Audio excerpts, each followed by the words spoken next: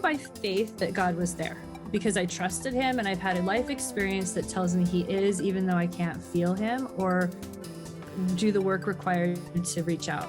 But at the same time, I wasn't feeling that response, the reaction or the reassurance that yes, your faith is real. And so I just was walking on really blind faith and emotionless faith. I knew he's there, he has to be there. And I knew I would be okay.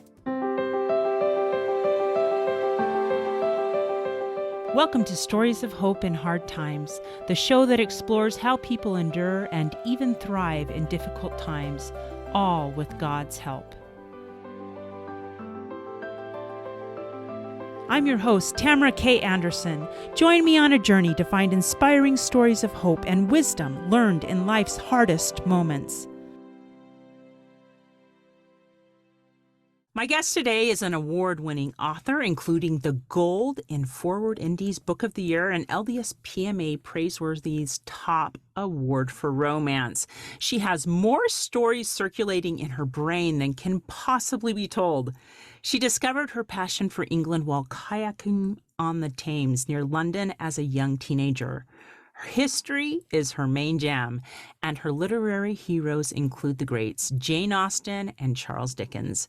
But she has modern sensibilities as well. 6 children and an inspiring husband keep her going and make certain she doesn't stay glued to a keyboard or lost in obscure, fascinating details of old castles. Now, she loves to share bits of history that might otherwise be forgotten, whether in Regency England, the French Revolution, or colonial America. Her romance novels are much like life is supposed to be, full of adventure. I am pleased to present Jen Geigle Johnson. Jen, are you ready to share your story of hope? I'm so happy to be here. And I do have to say, I could listen to your voice all day long. You have a beautiful way of speaking. You're just making me all at ease over here. Oh, well, good. That's the point. It's like we're sitting across the kitchen table having a chat, right? Perfect. I love that thought. Excellent.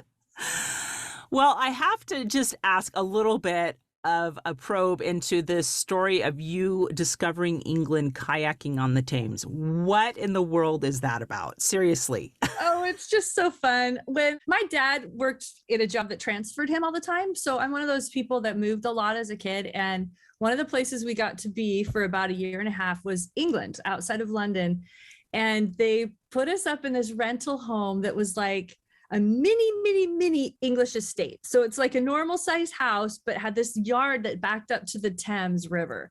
Ooh. And my parents were just fully American, right? I don't think the British neighbors ever kayaked on the Thames, but we had canoes and kayaks and like a paddle boat, and we were full on playing in the backyard, and we would just lower it into the water. And my parents let me just go. I was about 13 or 14. They let me just ride down the river, and I would go all the way to the High Wycombe locks.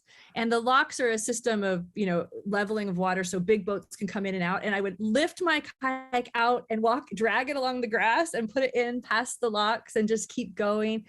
It was beautiful. English countryside is stunning. And I felt like I was on this adventure. And I don't know what the wealthy yachts next to my kayak thought of this little girl in this little boat rowing along, but it was really, really beautiful for me, and lots of quiet moments to think about life, and just fell in love with England. I feel at home there. It feels like a second home for me. So it just happened. That is so cool. Is that what then led you to writing and exploring characters and Regency romance? I think so. I felt very, I could picture the places in my mind when I would read, even though Regencies are written in early 1800s. Mm-hmm. I still could picture these estates and these homes, and I was fascinated with the lifestyle. And I read a lot of Jane Austen, who was a contemporary author of the same kind of stuff. So I think so. My love of England has kept me in that country almost exclusively. I have a couple visits over to France. I have a Scarlet Pimpernel retelling, and I have some... Which is excellent, by the way. I've read that one. Thank you. It's one of my favorites, I have to say. And then I stop in Salzburg I wrote a Song of Salzburg. It's a book that goes up into that area of Europe, but really I stay close to England, and I'm sure my roots there, my early years kind of influenced that for sure. Mm. Oh my goodness. Well, that is so fun. So, kind of catch us up on where you are in your life and then how COVID kind of shook things up a bit for you. Yeah. So I do need to say, I know what I'm about to say is going to sound probably normal to a lot of people. And in some ways, I guess that's good. We all relate. So I hope that something I say is useful, but it probably won't sound very unique. So, so what have I been doing? I've been working really hard. So up until early COVID time, I'm a full-time author. So I spend most of my day writing or marketing or researching or something related to my book job, and it's self-inflicted hours. So I love it, and it does require a lot out of me. I chaired a writing conference here in Texas. I go to multiple writing conferences. I teach workshops, and I do multiple things, and I love all of it. And I crave a really active and healthy lifestyle. Along with the things going on at home. I have my 6 kids and coming and going on missions and all those things. But then the year 2020 hit, and it was, or 19, whatever it was, it feels like a blur of years. I, for some reason, got a really hard case of COVID. I believe it was the start of the new Delta thing that was going on, and they never officially diagnosed me with that, but I was kind of in the lull in between the 2 different strands. And so they suspect that possibly I had that, but I was in the hospital, and it lingered and lingered and lingered and lingered for months, not hospital, but my whole illness. But what happened was a weird thing with my cortisol. So it just affected my stress levels and my adrenal function and some health issues that were long-term. So everyone talks about long-term stuff.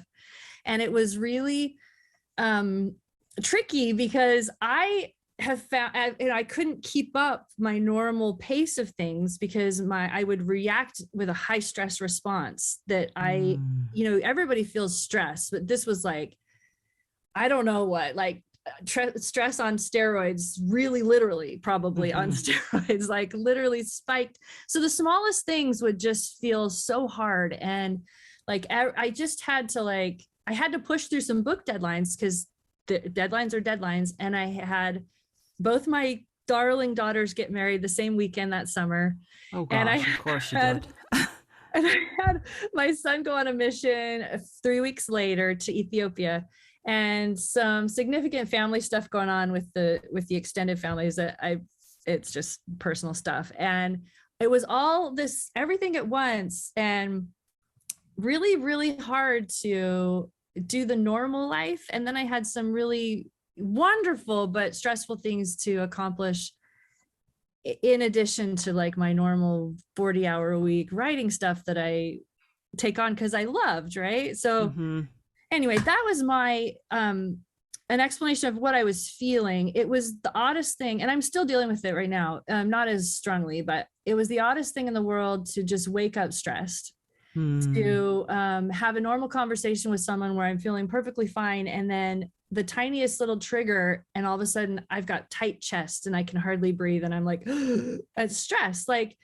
just hits you, and wake up in the middle of the night stressed, or and I've learned a lot about recognizing what's going on inside me, naming it, and then understanding how to break out of those feelings, because sometimes they're just simply chemically created.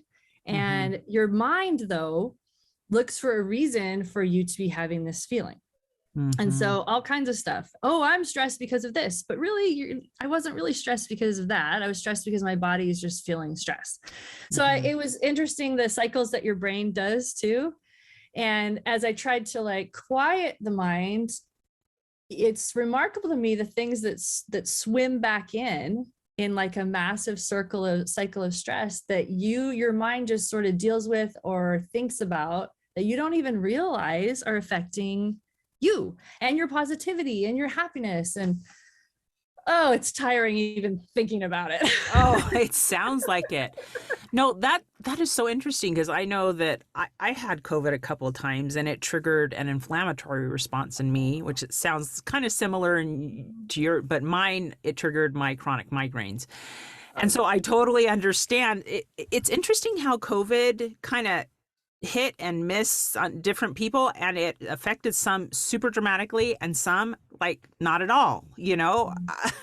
And that's frustrating that it triggered this stress response in you, this fight or flight that you just haven't been able to turn off. And that would be so frustrating because I know that I deal with anxiety. And so what you're describing to me is totally familiar to me, and I understand it pretty well, you know, that racing heart. There's times that I'm going to bed and I'm almost asleep, and all of a sudden it'll hit me and I'm like, I'm wide awake with my heart pounding. I'm like, why am I stressed? I shouldn't be stressed. You know?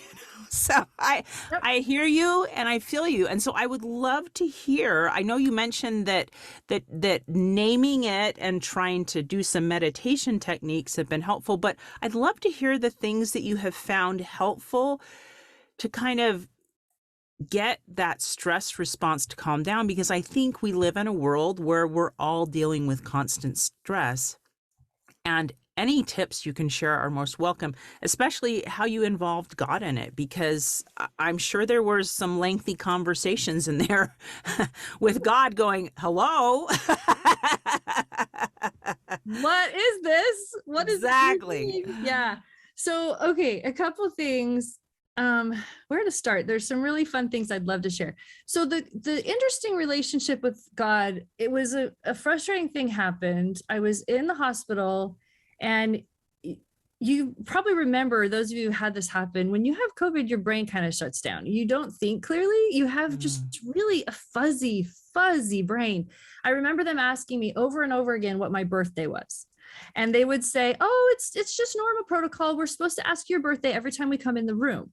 And they were just making me feel better, because after I started knowing my birthday, they stopped asking my birthday. So they were just being nice to me, but really and truly, I couldn't remember my birthday. I would say it as a muscle memory reaction to their question. And it was not clear in my mind what my birthday was. So I was having this interesting response, and I was by myself because they weren't allowing people in with you, of course, when you're in the hospital with COVID. And therefore they were asking me medical questions like, what should we do now? Or we want to do this test, or we want to give you this drug. And I was having to know and respond without having anyone help me with a fuzzy brain. So the reason I bring this up is because I also felt very far from the Spirit. And it was my faith that I knew God was there, but I couldn't really feel him, and I couldn't receive. It takes mental concentration to receive revelation that's like truth or thought. And that concentration wasn't there. And so I remember texting my husband being like, I have no gut feeling here. I have no inspiration that I'm recognizing, and I can't focus enough to really pray long prayers. I'm like, so here's what you need to do, kind of like, can you be my prayer? Can you help receive this revelation for me? So my relationship with God was interesting during that time. And I have heard that people with depression and anxiety have a hard time understanding or feeling the Spirit kind of consistently. And so I have a lot of empathy for that, understanding how lost I felt and lonely. And when that helped, I knew by faith that God was there because I trusted him, and I've had a life experience that tells me he is, even though I can't feel him or do the work required to reach out. But at the same time, I wasn't feeling that response, the reaction or the reassurance that yes, your faith is real. And so I just was walking on really blind faith and emotionless faith. I knew he's there. He has to be there. And I knew I would be okay. So there were a couple things that were helping me. But after that experience where I felt really far away-ish, emotion-wise, I then turned back to him and he found, was able to function more normally when my brain started to work better. And through those times, I basically just said, please carry me, especially through the weddings. I remember asking my extended family, my brothers, my sisters, my parents, okay, everybody pray that I just have that bubble of happiness that, responds politely to people, that handles emergencies. When your daughters get married, they look to their mom to smooth things over.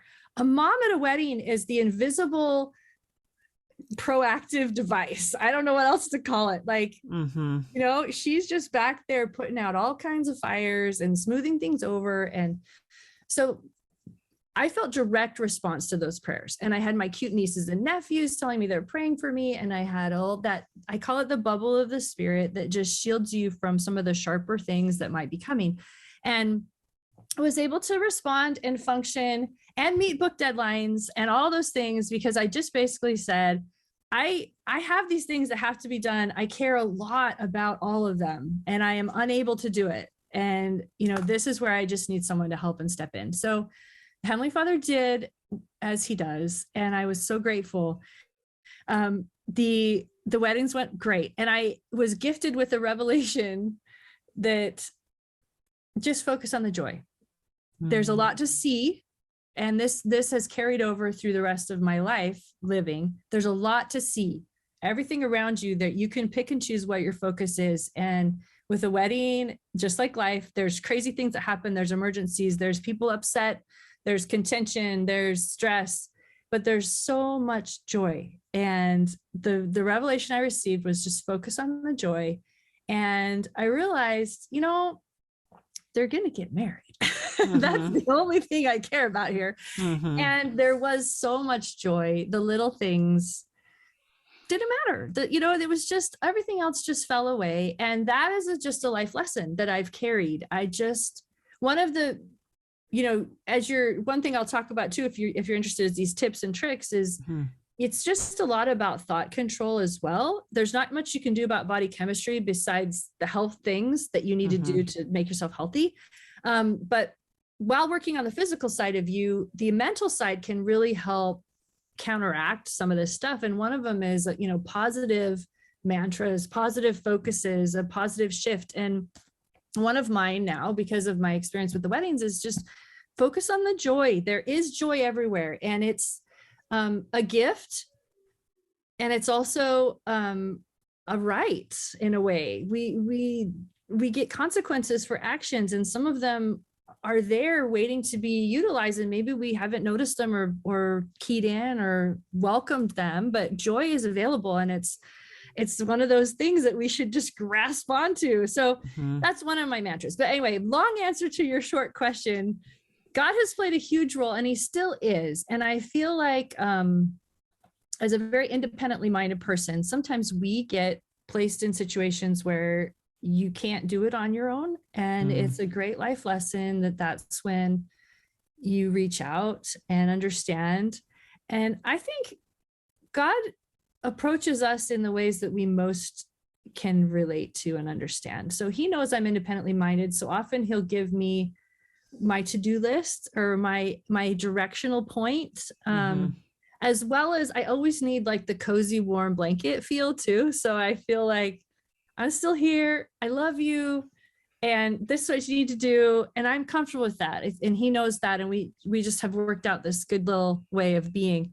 Not that it's perfect. And I, you know, fail sometimes in my relationship with God, but I feel like in that way, he's kind of found the way to reach me. And I think that's what he does. He doesn't give up, and he keeps trying, and he finds whatever way works with us to kind of help us.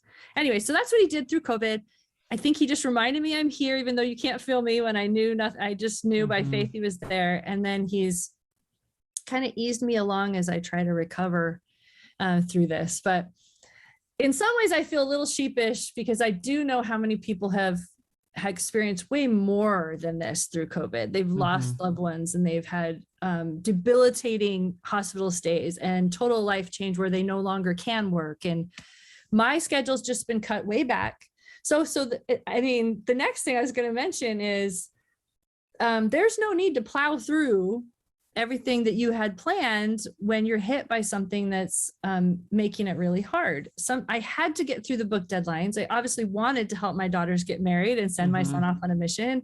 But after that, I can cut back and choose, you know, where I'm able, you know, which things I want to tackle and which things I don't. And this is where meditation comes in a little bit.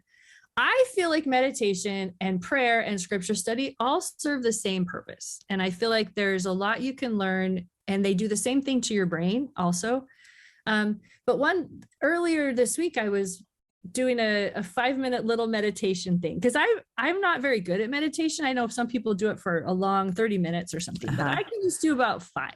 And then my brain starts to go, you have so much to do right now. Like, what are you doing just sitting here? So I fail a little in meditation, but this is what I learned in my 5-minute one I did this week. It's just one of those things where you focus on your breathing and you calm you calm your body and you focus on your breathing, and it just quiets the mind. And when I do that, I always have, like I was saying, there's these circling thoughts. One just races in, something I'm worried about.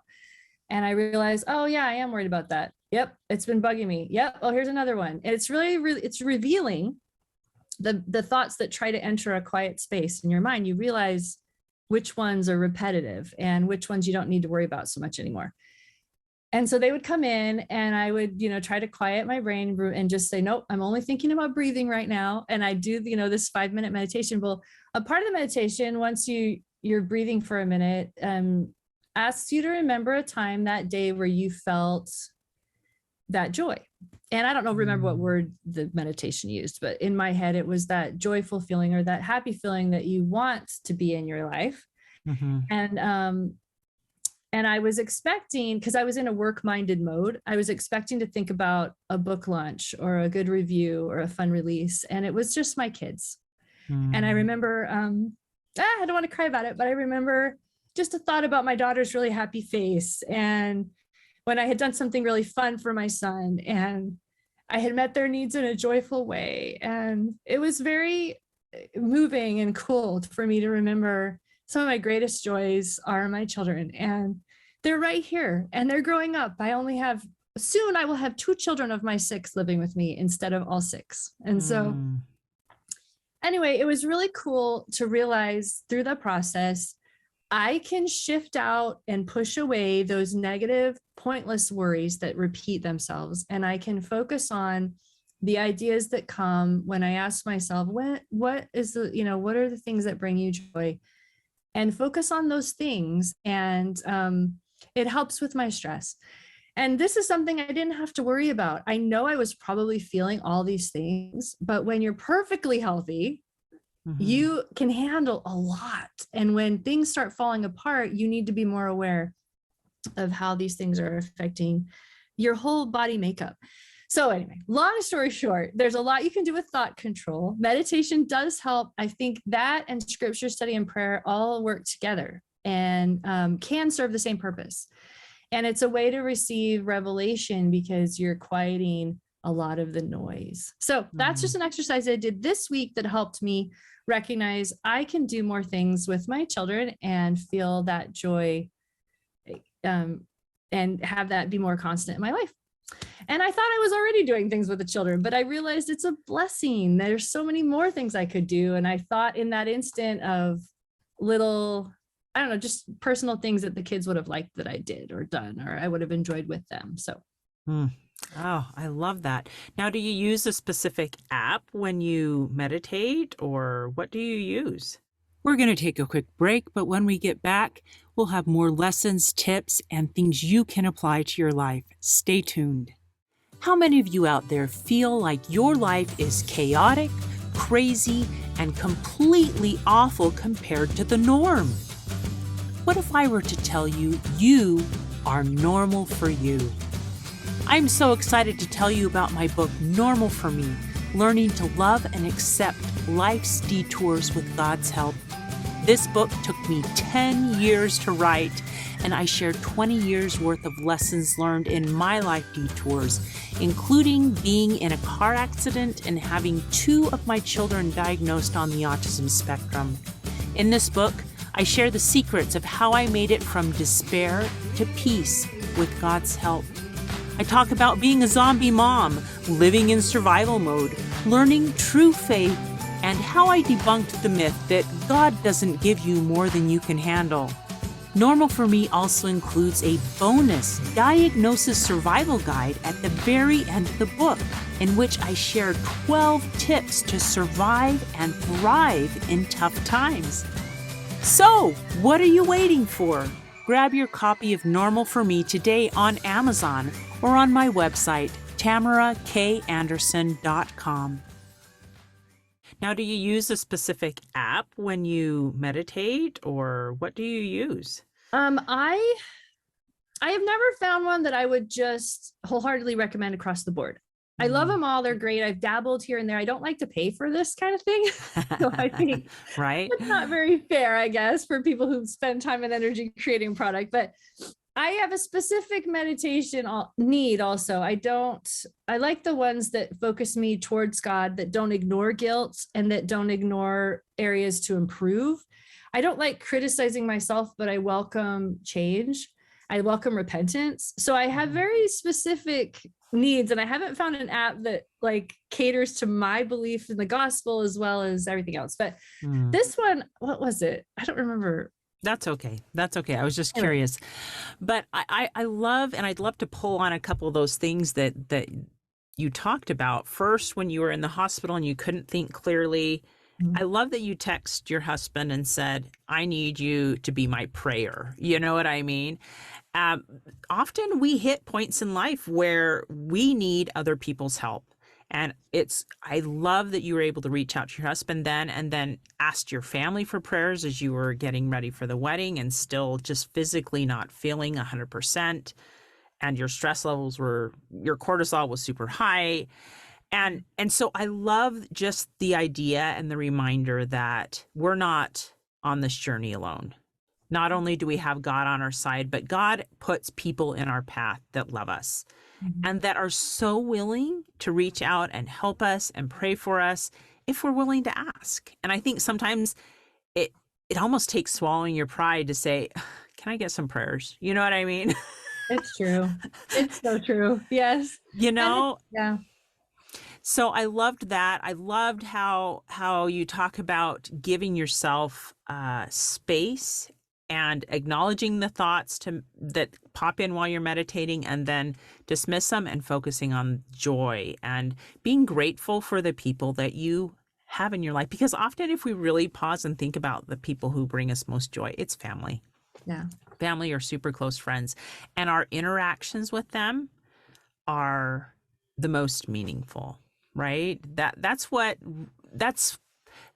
matters most. You know what I mean? It's true. And they help too, because they live with you on a day-to-day basis. And I have some sons. Well, the one I'm thinking of is actually on his mission right now, but he would say, just in a normal day-to-day experience, Mom, you're feeling stressed. Like what an odd thing for my 17-year-old boy to say, right? But obviously he was feeling the reactions to my stress, right? So he would say it and he would name it, and I would recognize, you're right, I am feeling stressed. And then recognizing that, naming what you're feeling and expressing it actually helps you manage it.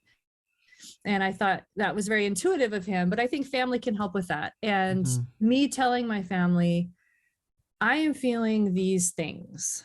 If I have a reaction to something going on, like I get really scared or worried about something, this is why I'm feeling that way. Can you guys help me understand, Mom, this is what you're doing, or recognize it's not you, or I don't know. It's an interesting communication exercise, because I think a lot of it is just recognizing what's going on inside us, and then reaching out to others and then telling them what you're feeling, and then they can help in what ways they can. I think it helps everybody become more emotionally aware. And I'm not an expert on any of these things. It's just been a very interesting journey to just not feel totally in control. Within the course of a day, I would feel like, I guess maybe teenagers feel like this all the time. With their hormones going all over the place. Whoa. Yes. You've gotten to go through your teens again? Lucky you. Joy. I know. So different. But yeah, so in the course of endocrinologist visits and stuff, I feel like I'm leveling out and it's a lot better and I can feel a difference. But really and truly, it's been almost a year really of slow progress. So it's just one of those things that I might deal with for a long time. I have even I now understand social anxiety, and I'm a shy person, but I'm extroverted. So I would go to people for my love needs. I need to be filled with the people. Even though I was shy, I would find ways to still connect. But I understand now how it can be scary. And I never felt scary before, only just maybe shy or timid. And now I feel fear sometimes about social situations. So I have such an understanding of all my awesome introverted friends and my more shy friends, and understanding that there's just a little bit of care that can be taken for somebody who is maybe tender. And everybody puts on a great face, but it's true that inside there's a lot of turmoil in probably just about everybody that we see. So it's interesting what I've learned. And through the empathy side of things too, the worry that happens when someone in the family is hurt or sick or having trouble. Just the people that have reached out to my kids and my husband when I was in the hospital, and all of that, I think helps everybody feel comforted and like, oh, this is normal, everything's going to be fine, and that kind of thing.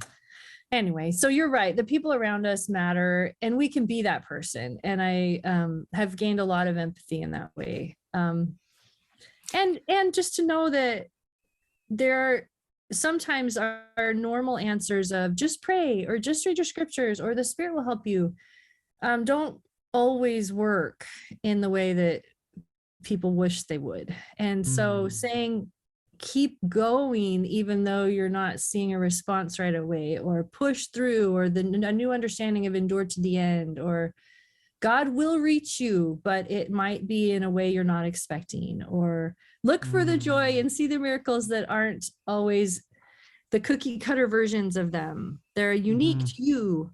So there's a lot of different shifts in language that I might use, understanding what it felt like to just not have that brain power to be able to even like formulate a full sentence. Weird. No, and I love that you brought this up, because I think sometimes people are like, well, I've been trying to do those things and I'm just not feeling it. You know what I mean? I like you said, it's not working for me right now. And I think the interesting thing is then that you have learned to shift, and that you got the download, look for the joy. This is your new assignment, Yes, I see you're trying. Yes, I see you're doing your best to keep going, even in this new normal. And it's hard. Yeah. And here's what I want you to focus on. I want you to focus on finding joy. And it's interesting how God gave you the exact prescription of what you needed right then, and it's going to be different for somebody else. Here's what you need to do. For me, when my kids were diagnosed with autism, God had to teach me, this is now normal for you. Quit comparing yourself to everybody else. And that was the answer I needed right then, because I was so busy bemoaning my fate and looking at everybody else's normal family. So it's interesting that God will give us that little whisper of inspiration. Here's your answer. It may not be what you expected, and it may not have come in the way you wanted it to come, but try this. Yeah, it's true. And some things you can't fix. And I think that is also really valuable information. And I think you try stubbornly to fix things first. Yes. Then, that bit about submitting. Right? It's like, God, I know you have the power to fix me right now, right? Why won't you do it? And I'm sure God's looking down the years